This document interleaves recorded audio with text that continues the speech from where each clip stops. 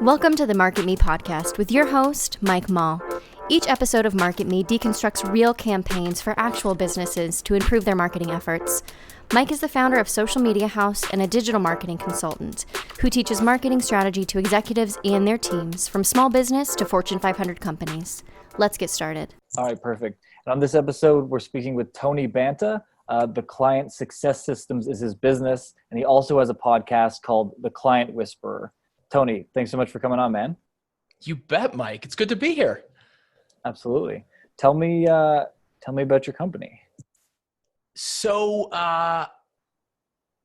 it's probably one of the least talked about things in the world of online marketing, is this idea of client success. And of course, the best marketers have a phenomenal, service on the, back end. You're not going to get very far if you're not the real deal, if you can't do what you say you're going to do for people.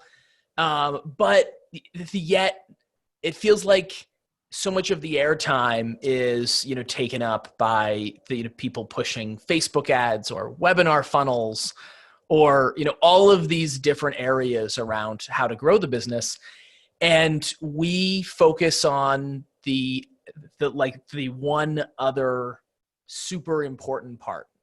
You need clients coming in, but we help to break down how to get them phenomenal results, and how to structure the back end of whatever you do in a client business, coach, consultant, service provider, agency, to maximize for that client retention so that you have back end services to, sell clients.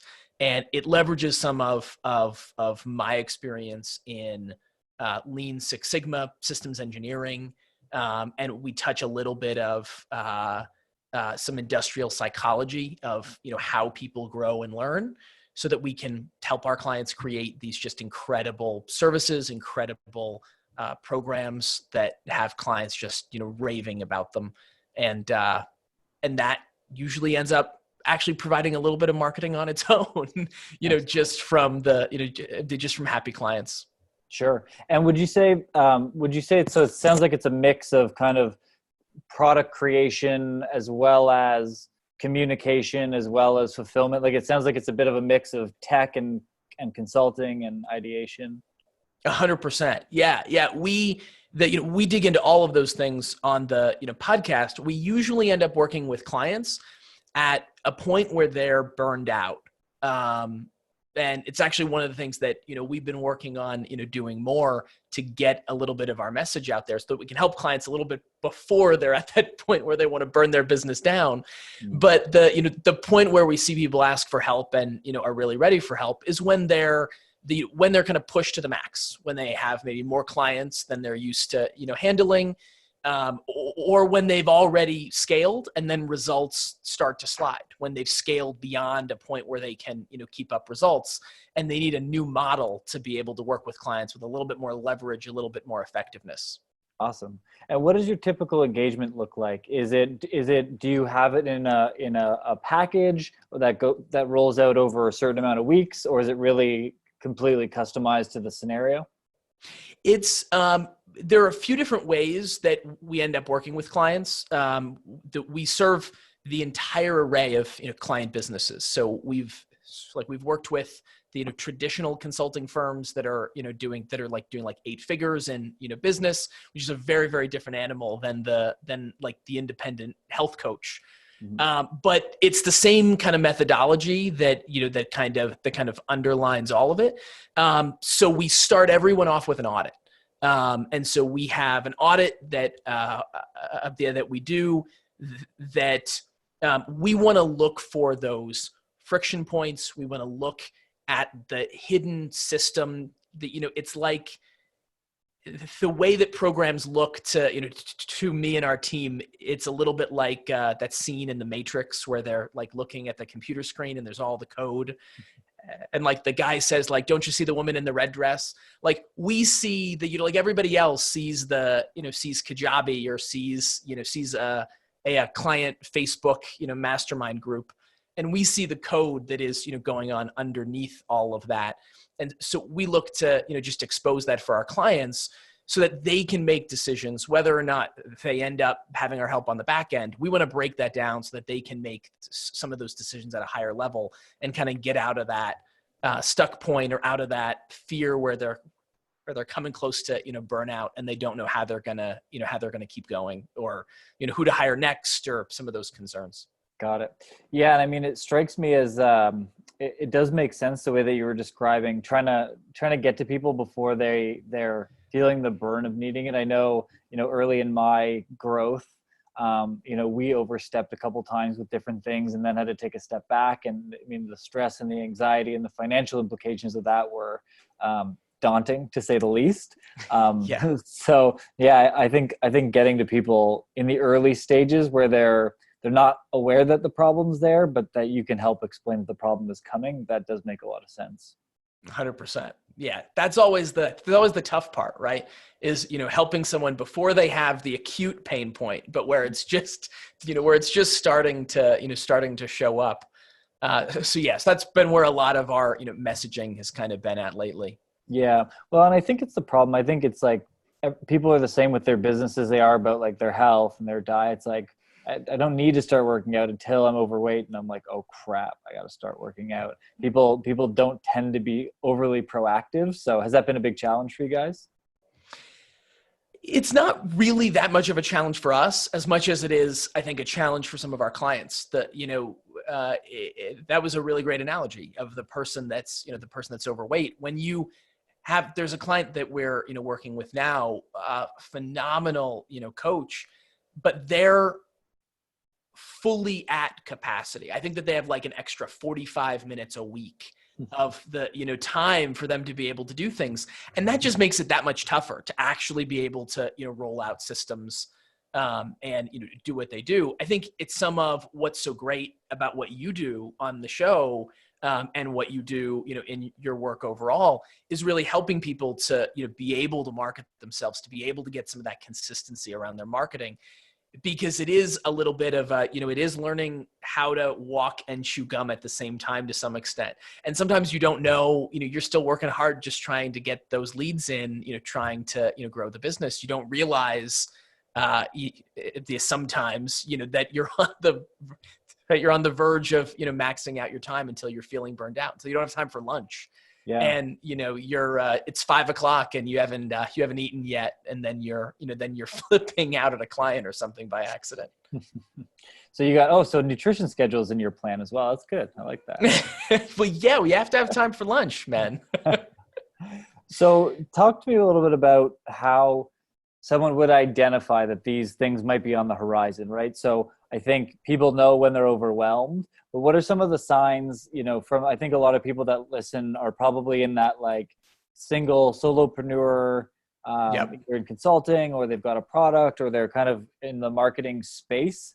What are some of the things that people can look out for when they're trying to be preventative or get ahead of it? That's a great question. So we think of it like this. There's the kinds of, when you're just starting out, you have to validate that you actually have something that's going to work. It might be that somebody is, coming out of a corporate job. They're trying to do something on the side, that, side hustle, until they can finally, get enough revenue that it can be the main thing. And then on the other side of the continuum, there's the real business. And I mean, it could just be, lifestyle business, right? For this business with us, we have no goals to have this be the next, the next 9-figure, company or anything like that. Right. My wife is my business partner. We have a small team of, people, and, we have goals to, grow at a steady pace, but it's really meant to, give all of us a lifestyle doing the kind of work that we love to do. Yeah. And that's completely fine. That, where someone ends up on the other side of the continuum is really up to them and their personal preference, and how much of their life they want to, devote to their work, as opposed to, everything else they can do. But in between those 2 points is a couple of critical things that have to happen. And at some point in time, you have to make that shift of being a solopreneur to, even if it's just you working, to be working at running the business, to still be running it like a business, to be doing some simple things. We talk about this idea of serve your clients like an employee. And like literally serve your clients like an employee would. Like we actually have, even when I'm, coaching a client, I have a worksheet for the various, sessions that we do with clients. And I do that because I want to create the consistency. I mean, for one, I want to prove out the model before I actually delegate it, but also because I want to give myself the permission to have a bad day every now and then. And I don't want to have the pressure of having to remember everything or risk have something be missed for a client, not to have the client go through an important part of the step just because I wasn't on my A game on, Tuesday because I didn't have time for lunch or something. No, I'm just kidding. I had time for lunch. But so somewhere in there, we need to begin running the business like it's a real business. And so the point that we see that somebody could really use our help is at that point before they want to hire. 3 months out from when they really want to hire, going through an audit, actually looking deeply. And, whether it's through us or not, we happen to think that, we're the best at the, systematizing client fulfillment that there is. But, seeking out that system's help before you hire is so critically important because anyone that's, hired knows. And you just had a phenomenal episode a few episodes back on creating a great culture and, hiring the right people. I forget the name of the guest, but she was sharp. I really liked her. So much of that is so true. And yet if you've been the only one that's been serving clients, those people that you bring on aren't going to be able to read your mind. They're not going to know what they need to do so that they can be able to actually take client work off of your plate. So unless the only things that you plan on having them doing are, non-client facing things, managing the books, back end, like back office stuff, the second that you really want some help to serve your clients so you're not the only one providing value, it's really important that that happens in a structure so that you can begin managing those processes and not just having to run them. Makes sense. Yep. And do you have any, obviously hiring you is the number one answer, but have you come across any kind of like tools and resources that are kind of helpful, whether it's in the assessment or how to that people can use to kind of get on the right path with that? 100%. One really great resource that somebody can, start with right now, regardless of what stage that they're in, this is something that will apply to literally every one of your listeners if they serve clients, is begin gathering structured information from your clients. I'm always amazed when we work with, clients at how little data so many of them have around what's really going on with their client. So, right now, if you work with clients, if you talk to clients, one-on-one, before every meeting with a client, have a form that goes out that they fill out so that you can capture a snapshot. 3-5 questions are, more than enough, but, gathering a little bit of a snapshot of what's going on in their mind, and something like that you can set up with a free, Wufoo account if you want to, or, Typeform if you want them to be pretty. You can have your pick. But that is a great way where when you look at that data over time, it might feel silly in the moment, but when you look at that data over time, there's incredible learning that you can derive from that, because we always think that we can remember. It's really like when we're in the moment, it's like I'm here chatting with my new friend Mike, and I'm going to remember, and I'm going to remember the thing that you said about the trip that you have coming up, and I'm going to remember, these things. But the reality is, as time goes on, memory fades, and one thing bleeds into the next, one client meeting bleeds into the next client meeting, and it's really hard to actually have some of that data around what's happening. And the worst thing that you want to do is make reactive decisions based on how you feel in the moment. That we want to make decisions around our business based on, and I'm sure that. So, I'm sure that you could speak to this on the, marketing side. The last thing we want to do is make reactive, marketing decisions, as opposed to actually looking at the data of the messaging that's resonating, or the way that a campaign is going over time, not just the 3 hours before we decided to pause it or something silly like that. And the same thing goes in your client fulfillment. You don't want to, change your program just because one client woke up on the wrong side of the bed and decided to be, angry about something. You want to make it because you've actually looked at what's going to get the most clients results. And so you're making those intentional tweaks. Got it. Makes sense. What would you say is the most common thing amongst the people that you work with? Like the number one, thing that people let by the wayside or never think about, never consider? Like, is there something that's fairly common amongst the people that you speak with in terms of one thing that really sticks out that's a problem for businesses? It usually centers around, because it's slightly different for everyone, but there's a theme in that there's almost always a core amount, like a core function, a core superpower that, just about every client leader that we see that they have, that they think that only they can do.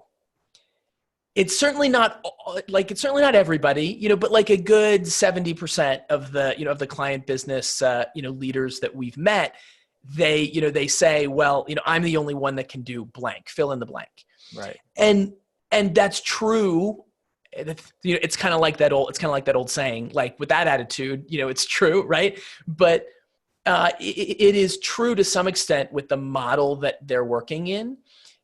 But that doesn't mean that we can't look at the hidden system that's actually going on underneath that and then break that up in a way so that at the very least they can get leverage around that function that they're doing.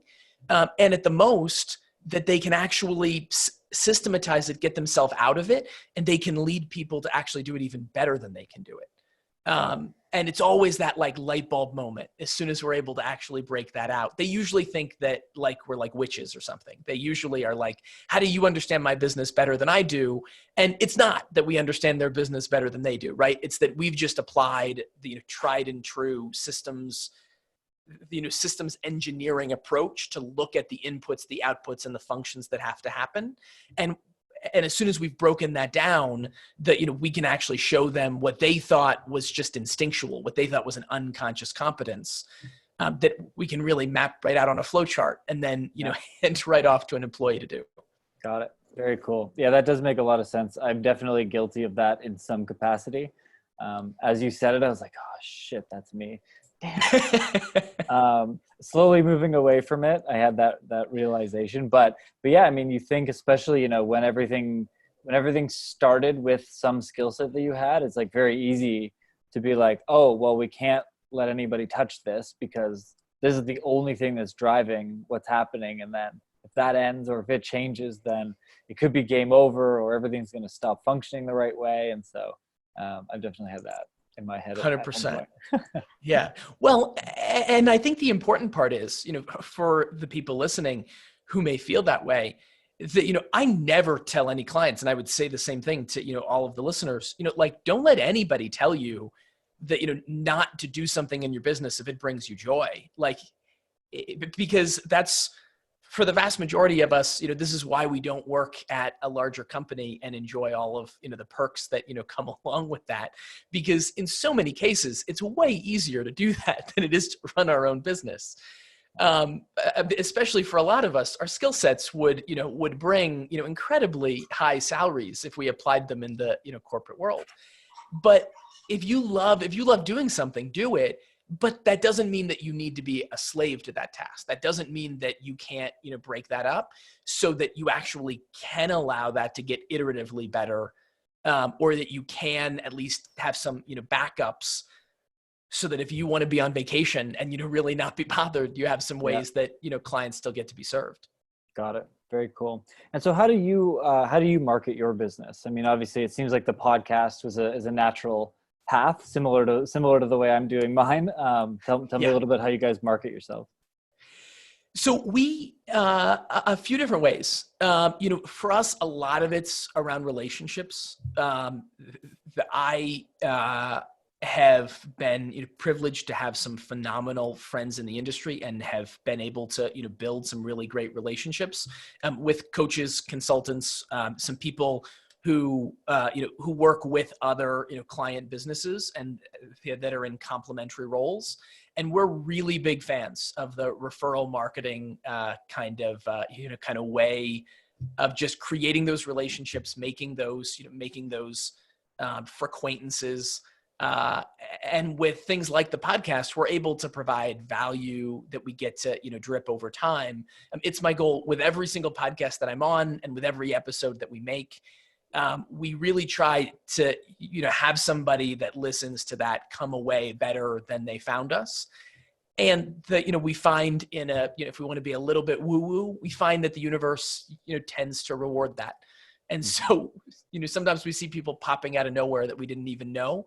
And sometimes we have people where we've chatted and, helped them a little bit. They weren't really ready. They weren't really an ideal client, but we've, helped them a little bit I've had people where that's happened for a year or two, and then they finally become a client because they're, ready. And we're thrilled, wherever the opportunity comes from. We're thrilled to be able to, help people. Got it. Makes sense. Got it. Any other channels? I mean, obviously the podcast is obviously a big thing, using that to create other pieces of content on social and wherever else that goes. Have you been writing a lot or doing a lot on LinkedIn at all? So we're actually just getting started on LinkedIn, and we're working with we actually had a client who actually does this. And so from, working with them, we've actually begun to, get into some of that. So that's going to be launching in another month or so, especially for some of those traditional consultants. We think that that'll be a great, pathway. Yeah. Facebook has been great. Just organic Facebook and in groups has been a great way to be able to, make some of those relationships, build those relationships over time. Although the algorithm is sometimes getting a little bit funny. It's always funny to see some of the changes. I could write the same thing that, a year later, and it's just a little bit different. But we also do a good amount of I kind of think of it as like high leverage work with the podcast. So we'll have lead magnets that are in a variety of the podcast episodes where we see that there's a topic where we have a tool already, or where there's something that we can, that my team can kind of put a worksheet together, or something like that. We'll offer that on the podcast. And then we have an agency, another friend of mine that I met in a mastermind years ago, and sort of grew an agency where they'll